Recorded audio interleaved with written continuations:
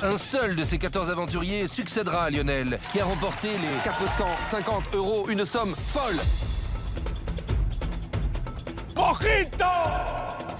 La saison 2, là, en termes de folie, on a grimpé un petit step, je crois. C'est un festival de vannes. C'est complètement con. On est trop long.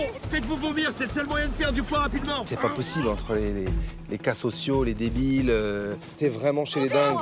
Tout est possible, c'est ça qui est génial. Et j'allais dire le meilleur comme le pire. Et moi, j'adore le pire. Évidemment que je vais les trahir. Pour la pente. On peut, à mon avis, clairement profiter et regarder le flambeau sans avoir vu la flamme. C'est sûr. Mais si vraiment vous avez aimé la flamme, vous allez adorer le flambeau. Qu'est-ce qu'il est devenu, l'animateur de la flamme? Vous l'avez mangé? Le vrai concept qui nous plaisait, Vous l'avez mangé? c'était d'imaginer qu'on satirisait une émission de télé-réalité différente à chaque fois. Vous êtes sûr que c'est là, parce qu'il n'y a pas de villa, hein? Marc ne sait même pas où il revient, mais il revient sur une autre émission de télé-réalité. C'est normal qu'il n'y ait rien, on doit tout construire nous-mêmes. On va tout construire avec quoi, Anne? Nos mains, peut-être? Il pense que c'est toujours une émission de dating, donc il croit toujours qu'il va trouver l'amour. L'aventure. Mais moi, une aventure d'un soir, ça me va très bien. Et il comprend pas. Il dit, c'est quoi cette émission de merde? En fait, c'est pas du tout ce qu'on m'a dit. Pour l'instant, c'est n'importe quoi, l'émission. Ouais, je crois que le gros gain, c'est de se dire... une bonne série, c'est qu'on avait retrouvé des personnages, et on avait le sentiment qu'il y avait des personnages qu'on avait envie de retrouver. Eh ben, on va faire un petit exercice, d'accord? C'est pas ça l'exercice. Puis il y a tous ces nouveaux personnages qui ont émergé et qu'il n'y avait absolument pas avant.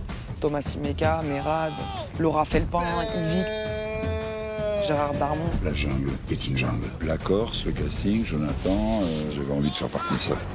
Ça va, bien dormi? Plutôt bien, oui. Ça faisait longtemps que j'avais pas fait une bonne grosse connerie. Oh putain, c'est House of Cards. Ce qui me séduit, c'est l'aventure en fait. Allez, poussez! Ce qui me fait rire, en fait, moi, c'est justement ces équipes qui ne se connaissent pas, qui doivent composer les uns avec les autres. Il y a forcément des antagonismes. On vote contre lui ce soir? Ils savent très bien qu'ils passent à la télé. Ils savent très bien les codes. Moi, je fais pas des preuves si j'ai pas bouffé un truc, ok? Donc en vrai, ils en jouent pour certains. J'ai fait semblant de m'énerver ce matin. Ah oui, c'est exactement ça qui fait réagir les gens sur les réseaux.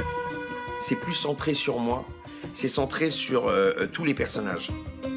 Et je pense que c'est ça aussi qui va apporter beaucoup de diversité et puis de renouveau aussi par rapport à la saison 1. Ah putain, ça c'est une bonne chasse à la Patrice, ça. Ça me plaît, l'idée que ce soit très border, quoi. Nos censures, de toute façon, Canal, pour le coup, ils sont vraiment nos potes là-dessus. Mais non! Il y a encore de la place aujourd'hui pour des séries loufoques, dingues. Et c'est ça qui compte. Parce que c'est ça qu'on a besoin d'avoir dans le panorama français. Quel sera le prochain aventurier éliminé? Vous le saurez en regardant le prochain épisode du Flambeau.